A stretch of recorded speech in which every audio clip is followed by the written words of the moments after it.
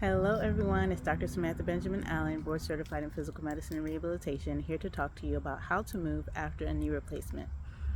I'm going to keep it simple with 5 things. So you want to avoid twisting your legs or crossing your legs after your knee replacement.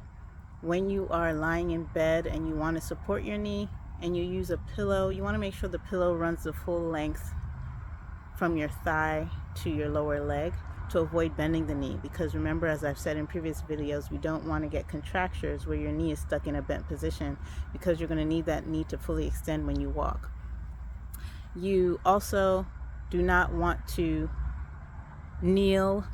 Avoid excessive kneeling after your knee replacement, and certainly abide by your surgeon's precautions and recommendations after surgery.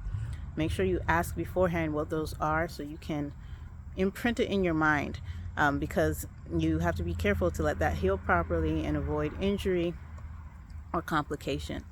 Usually after knee replacement, your full weight bearing is tolerated, but sometimes you are toe touch or on partial weight bearing depending on the procedure and how everything went.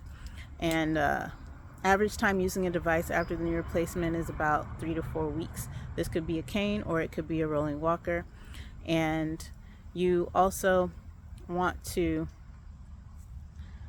keep the leg elevated to decrease the edema and swelling so that it will get good blood flow and circulation as it's healing. Now, you could be given a CRM machine, which is a continuous range of motion machine, to help encourage flexion of your knee, because the goal is usually to achieve 110 degrees of knee flexion.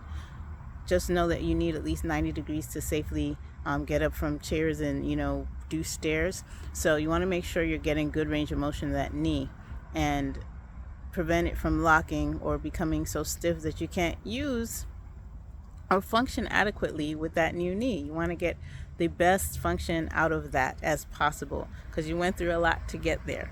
Now, the key in your incision maintenance is to make sure it stays clean and dry. Okay, now your surgeon will give you recommendations on showering and all of that, so just make sure you ask about that as well.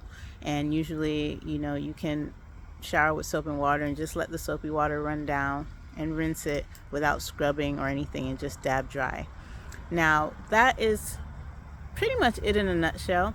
You want to take heed to these recommendations so that you can have the best outcome possible. And if you are someone who had a knee replacement and may be struggling, not getting good results, or someone just at home who's severely debilitated and wishes to achieve increased mobility, independence, function, and quality of life in the comfort of your own home, I invite you to book an appointment to work with a physician who's dedicated to seeing you thrive, no matter your circumstances. You can book an appointment at www.freedomwellnessphysiatry.com. Physiatry is spelled P-H-Y-S-I-A-T-R-Y, or call 240-339-5377.